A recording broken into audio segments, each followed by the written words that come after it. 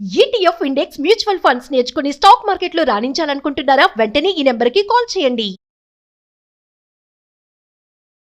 నమస్తే రమ్మగారు. నమస్తే జయ. ఏదైనా ఒక సిరీస్ చెప్పుకుందాం రమ్మగారు. కథా సరిసాగరం నుంచి చిన్న చిన్న సిరీస్లు చెప్పుకున్నాం కదా మనం. ఓకే. అందులో నుంచి ఇంకో గుణశర్మ కథ చెప్పుకుందాం, బాగుంటుంది అది కూడా.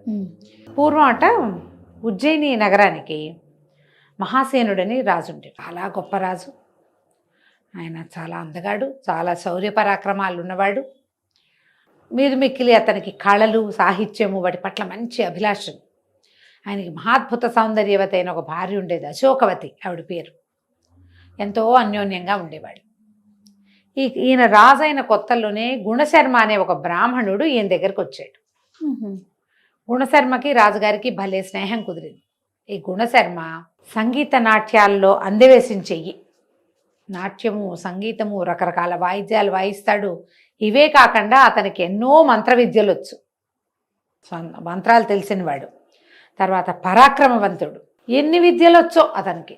చాలా గొప్పగా చదువుకున్నాడు. రాజును ఆశ్రయించి వచ్చాడు. సరే, ఆ కాలంలో అలా ఉండేవాళ్ళు, మల్టీటాస్కింగ్ చేయగలిగే వాళ్ళు, మల్టిపుల్ ప్రతిభలు ఉన్నవాళ్ళు ఉండేవాళ్ళు. ఈ రాజుగారు, ఈ మహాసేనుడు ఈ గుణశర్మని తన దగ్గరే ఉంచుకున్నాడు. ఓకే.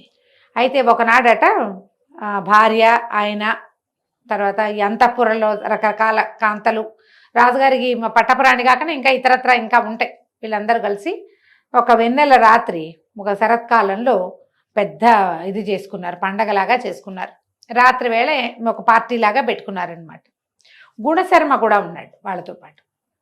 అయితే రాజుగారు అడిగాడు, గుణశర్మ, నువ్వు చాలా అద్భుతంగా నాట్యం చేస్తావని వినడమే కానీ నేనేనాడు చూడలేదు. నువ్వు సంగీత నాట్యాల్లో ప్రవేశం ఉందన్నావు కానీ మేమందరం చూస్తాం, నాట్యం చెయ్యి అని అడిగాడు. ఆయన కొంచెం వెనక్కి తీసాడు. అంతా స్త్రీలు సమూహం ఉన్నట్టు. అబ్బే, ఎందుకు, ఏం పర్వాలేదు. అశోకవతి పరాయిదా, మహారాణి, నీకు సమానరాలు, సోదరే నీకు. మనిద్దరం ఇంత స్నేహితులం కదా. పూర్వం దుర్యోధనుడు, కర్ణుడు ఎలాగో నువ్వు నేను అట్లా. దుర్యోధనుడి భార్యతో కర్ణుడికి చాలా స్నేహం ఉంది. అలాగే నీకు ఈవిడితో చాలా స్నేహం ఉండొచ్చు.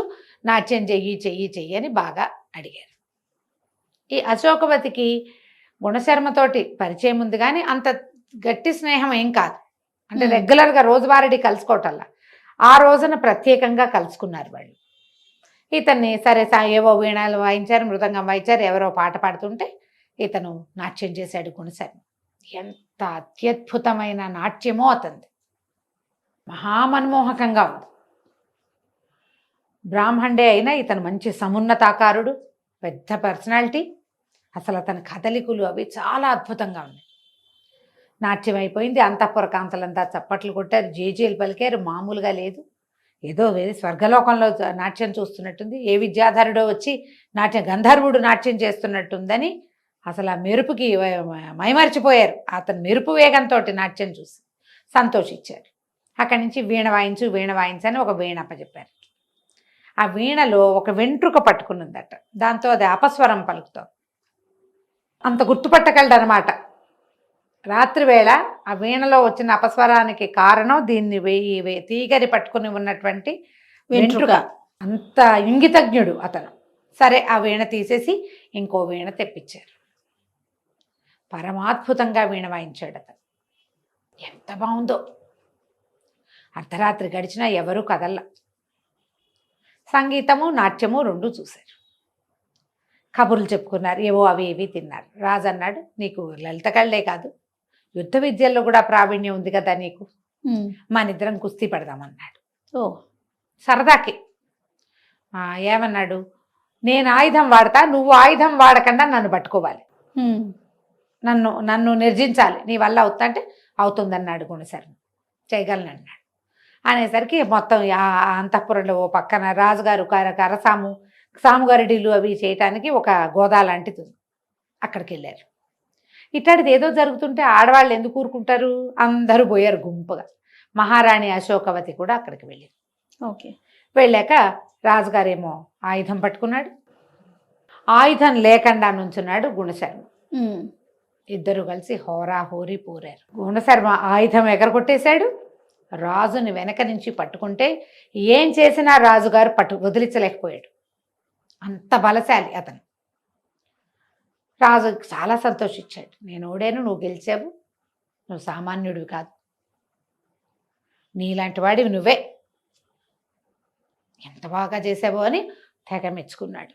ఓకే. బాగుంది. ఆ రాత్రి గడిచింది. ఈ మొత్తంలో తెల్లవార్లు గుణశర్మ వీళ్ళతోటే ఉన్నాడు. మర్నాడు పొద్దున ఆ రాణిగారు అశోకవతికి ఏం చేస్తున్నా గుణశర్మే కదులుతున్నాడు కళ్ళలో. అతను అంత వ్యామోహపరిచేశాడు ఆవిడ్ని. ఎలాగైనా ఈ గుణశర్మని తన వశం చేసుకోవాలని పుట్టింది ఆవిడకి. ఇప్పుడు కథల్లో, కొత్త కథల్లో ఫ్రెండ్స్ భార్యాభర్తల మధ్యలోకి రావటం చూస్తామా? ఏనాటి కథ చూడండి. భార్యాభర్తలు మాత్రమే ఉండవలసిన చోట మూడో వాడిని రానివ్వకూడదు. భర్తల స్నేహితులతో ఆడవాళ్ళు ఎక్కువగా గడిపే అవకాశం ఇవ్వకూడదు.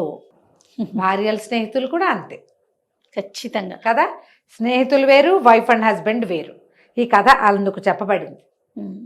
ఆవిడికి మరులు కొలిపేసింది అతని ప్రవర్తన, అతని పర్సనాలిటీ. మనిషి బాగున్నాడు, చాలా గొప్పవాడు, నాట్యం చేస్తాడు, సంగీతం పాడతాడు, వీణలు వాయించేస్తాడు. ఇదే కాకుండా పరాక్రమశాలి, గుణవంతుడు, మీదు మిక్కిలి మహా అందగాడు. చాలా ఆసక్తిగా ఉంది ఆవిడికి. అవకాశం కోసం చూస్తాం, ఎప్పుడు గుణశర్మ దొరుకుతాడా అని. ఒక రోజున గుణశర్మ ఆస్థానానికి వచ్చాడు, అంతఃపురానికి వస్తే రాజుగారు అప్పుడే భోజనం చేయబోతున్నాడు. కంచ వడ్డిచ్చారు, వంటవాడు కూరలు అవి పట్టుకొస్తున్నాడు. ఏదో అత్యద్భుతమైన కూర, ఆ కూర కలబోయాడు రాజుగారు. వెంటనే ఈయన కేక పెట్టాడు గుణశర్మ, వద్దు వద్దు, అది తినబోకండి, దాంట్లో ఏదో కలిసింది అనేసరికి రాజు ఆశ్చర్యపోయాడు. ఏమిటి శర్మ, ఏమిటి అన్నాడు. ఇందులో ఏదో కలిసింది, ఈ వంటవాడి మీద నాకు అనుమానంగా ఉంది, వాడిని పిలవండి అన్నాడు.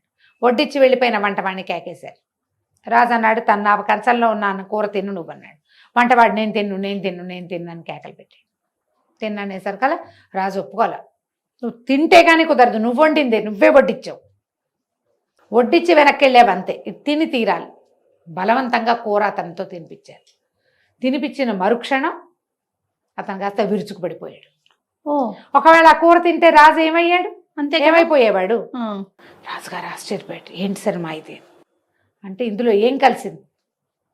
ఆయన ఏం చేశాడు, ఆ కూరని ఇట్లా గుప్పెడితోటి పట్టుకుని ఒక మంత్రం చదివితే అందులో ఇంచి ఏదో వచ్చింది బయటికి పొగలాగా. ఈ చనిపోయి పడిపోయాడు కదా, ఈ చనిపోయి పడిపోయిన వంటవాడి గుండెల్లో నుంచి ఒక నిట్టూర్పు వచ్చింది బయటికి, ఒక పొగ కనపడింది. ఈయన అందులోకి చదివాడు. ఈ చచ్చిపడిపోయిన వంటవాడి లేచి నుంచున్నాడు. ఆయన ఆ విషయం తీసేశాడు మంత్రంతో. అప్పుడు రాజు నిలదీశాడు, ఎవరు నువ్వు, ఎందుకు ఈ పని చేసావు, ఏం జరిగింది, నువ్వు ఎట్లా వచ్చావంటే వాడు నీళ్ళు నవ్వలేడు. వాడిని రెండు గట్టిగా బెదిరించారు. గౌడదేశపు రాజు గారి దూత వీడు. ఓహో. గౌడదేశపు రాజు మిమ్మల్ని సంహరించడానికి మీ వంటవాడితోటి మాట్లాడుకుని వాడిని తప్పించి నన్ను ఇక్కడ ప్రవేశపెట్టారు. గౌడ రాజు చేయించిన విషప్రయోగం. రాజుకి ఏం చేయాలో తెలియదు, ఆశ్చర్యం వేసింది. అన్నాడు గుణశర్మ, నువ్వు రాకపోతే నేను మరణించేవాడిని, ప్రాణదానం చేసావు నాకు, నువ్వు నన్ను బతికిచ్చావు అని చాలా సంతోషించారు. ఈ వంటవాడిని ఉరేశారు. వంటవాడికి నడిచిపోయింది. ఇక్కడ దాకా అయిందా. ఈ గుణశర్మ ఒకరోజు ఇలాగ ఇప్పుడు ఈ భోజనం చేసేటప్పుడు వచ్చాడు. ఆ తర్వాత నుంచి తరచుగా ఆయన అంతఃపురానికి వస్తుండేవాడు. రాజు అతను చూడకుండా ఉండలేకపోయేవాడు. అదేలే, మరి ప్రాణాన్ని కాపాడాడు. భోజనం చేద్దాన్ని రమ్మనేవాడు, ఏదో ఆడదాన్ని రమ్మనేవాడు, వాళ్ళు ఖాళీగా ఉన్నాను రమ్మనేవాడు. అంతఃపురంలోకి యథేచ్ఛగా తిరిగేవాడు ఈయన. అయితే ఈవిడేం చేసింది, అశోకవతి భర్తనంది, నేను వేడి నేర్చుకోవాలనుంది, నాకు గుణశర్మ దగ్గర వేడి నేర్పించు అని అడిగింది. రాజు అన్నాడు అట్లాగే అని గుణశర్మతోటి చెప్పాడు. మహారాణి అశోకవతి వీణ నేర్చుకోవాలనుకుంటోంది, మరి నువ్వు అద్భుతంగా వాయిస్తావు కాబట్టి ఆమెకి వీణ నేర్పించు. సరేనన్నాడు. వీణ నేర్పించాలంటే వీణ అక్కడెక్కడ కూర్చుని ఇక్కడ చేయలేదు కదా, ఎదురు బదురు కూర్చోవాలి. ఇక ఆ వీణ మిషతోటి ఆవిడ ఇతన్ని ముట్టుకోవటానికి ప్రయత్నం చేస్తుంది. చేసేసరికల్లా ఇతను ఇలాంటి ప్రయత్నాలు చేయొద్దని చెప్తాడు. అనేసరికల్లా ఆవిడ ఏమంటుంది, నేను సోదర సమానిని ఎట్లా అయ్యాను, నేను నీ స్నేహితుడి భార్యని అంతే, సోదరిని కాను. ఆయన రాజు మాట వరుసకన్నాడు, నేను ఎట్లా సోదరిని అవుతాను నీకు, మన ఇద్దరి జాతులు కూడా వేరు, నేను నీ మీద వలపు కలిగింది నాకు, నువ్వు నాతో గడుపు, మన రాజుతో నీ స్నేహం నడుస్తుంటుంది, మన ఇద్దరి స్నేహం కూడా నడుస్తుంది. నన్ను సంతోషపెట్టు, నాకు నీ మీద కోరిక కలిగింది, నువ్వు నాతో గడపాలి. ఈయన ఏమైనా సరే ఒప్పుకోలే గండనిధి. అంతఃపురానికి రావడం తగ్గించేసుకున్నాడు. ఆవిడకు దొరకకుండా ఉండేవాడు. ఎన్ని రోజులు నడుస్తుంది మరి ఇంతలో ఏమైంది, ఒకరోజు ఈ రాజు ఇతను గుణశర్మ ఒక వ్యాహ్యాలకి ఎక్కడికో అలా తిరగడానికి వాక్యాలకి వెళ్ళారు. వెళ్ళేసరికి ఒక సర్పం రాజును కాటైపోయింది. గుణశర్మ ఆ సర్పాన్ని కొట్టి రాజును రక్షించాడు. రెండోసారి కూడా అతను ప్రాణదానం చేశాడు. ఇలాగే అవుతాయి కదా. ఇంతలో ఏమైంది, ఈ రాజుకి, ఈ మహాసేనుడికి ఈ గౌడ రాజు మీద పగ తీర్చుకోవాలనిపించింది. తన వల్ల తన మీద ఇలాగా విషప్రయోగం చేయించాడు. అందుకని గౌడరాజు మీద యుద్ధానికి వెళ్ళాడు. ఆ యుద్ధంలో గుణశర్మ ఎంత సహాయం చేశాడో రాజుకి. ఒకచోట ఈ యుద్ధంలో ఏమైంది, గౌడరాజుకు దొరికిపోయాడు మహాసేనుడు. దొరికిపోతే గుణశర్మే గౌడరాజును కొట్టి రాజును రక్షించాడు. ఎప్పటికప్పుడు ప్రాణదానమే. ఇంతలో ఏమైంది, ఈ రాజ్యం వీళ్ళిద్దరూ పోరాడుకుని ఈ యుద్ధం పరిసమాప్తం అయ్యేసరికి ఇంకొక పక్క నుంచి ఇంకొక రాజ్యం వాళ్ళు వీళ్ళ మీదకి దాడి చేశారు. ఆ యుద్ధంలో కూడా ఇతను బాగా సహాయం చేశాడు. అయితే ఏమైంది, వాళ్ళది పైచేయి అయిపోయింది. కొత్తగా వచ్చిన వాడిది పైచేయి అయింది. రాజు చాలా బాధపడుతున్నాడు మహాసేనుడు. ఇదేంటి తీరు కూర్చుని యుద్ధంలో మనం ఇలా అయ్యామంటే మీరేం కంగారు పడద్దు, నేను చెప్తానని ఈ గుణశర్మ ఏం చేశాడు, ఈయనకి ఒక అంజన విద్య ఉందట. ఆ అంజనం ఒంటికి రాసుకుంటే ఎవరికి కనపడరు, మాయమైపోతారు. ఆ అంజనం రాసుకుని వెళ్ళి అవతల శత్రురాజు ఉన్నాడు కదా, యుద్ధానికి వచ్చాడు, అతని గుడారంలోకి వెళ్ళిపోయి మహాసేనుడిని విడిచిపెట్టు, పంచభూతాలు నీకు చెప్తున్నాయని మనిషి కనపడకుండా మాట చెప్తే నమ్ముతారు కదా. అవును, గట్టిగా ఆయనకి చెప్పాడు. చెప్పేసరికల్లా ఆయన తెల్లవారేసరికల్లా యుద్ధం మానేశాడు. మేము యుద్ధం మానేస్తున్నాము అని వీళ్ళకి కబురు చేశారు. మేము వెళ్ళిపోతాం, యుద్ధం చేయదలుచుకోలేదు, భగవంతుడు ఆజ్ఞ అయింది.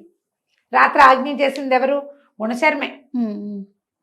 ఇక రాజు ఎంత సంతోషించాడో, తనకు అన్ని గుణశర్మ వల్ల మంచి జరుగుతుంది. మహా సంతోషంగా ఉన్నాడు. కానీ అశోకవతి సంతోషంగా లేదు. ఆవిడికి ఎలాగైనా ఇతనిని లొంగ తీసుకోవాలని ఉన్నది. ఒకసారి ఏం చేసింది, తనే మారువేషం వేసుకుని గుణశర్మ ఇంటికి వచ్చి అతన్ని అడిగింది, నాకు ప్రేమ భిక్ష పెట్టు, నీ మీద ప్రేమతో కామంతో ఇదైపోతున్నాను నేను, నాకు రాజుతో సంతోషం లేదు, నువ్వు నన్ను ఒప్పుకో, ఇది బయటపడకుండా చూసుకునే పూచి నాది, నువ్వు అంతఃపురంలోకి స్వచ్ఛందంగా వస్తావు, మనకి ఏ సమస్య లేదు, రాదు కూడా, కనీసం ఒక్కసారి నా ముచ్చట తీర్చు అని అడిగినా అతను ఒప్పుకోలే. నేను స్వామి ద్రోహం చేయను, మిత్రద్రోహం చేయను, ఇది ఒక అపవిత్రమైన కార్యం, అది అసలు నా వల్ల కాదు, పరస్త్రీ నాకు సోదరితో సమానం, అందున నువ్వు మిత్రుడి భార్యవి, రాజు భార్యవి, కాబట్టి ఇది నాతోటి కుదరదు, ఏమైనా సరేనని తిరుక్కున్నాడు. ఆవిడ ఎంత పళ్ళు నూరుతూ ఉందంటే, నో అంటాం, అవమానం, దాన్ని సహించలేకపోయింది. ఈ గుణశర్మకి ఎలాగైనా ప్రతిక్రియ చేయాలని ఆలోచించడం మొదలుపెట్టింది. ఎలా అశోకవతి గుణశర్మ మీద పగ తీర్చుకుందో మనం వచ్చే భాగంలో తెలుసుకుందాం. తప్పకుండా. నమస్తే. నమస్తే జయ.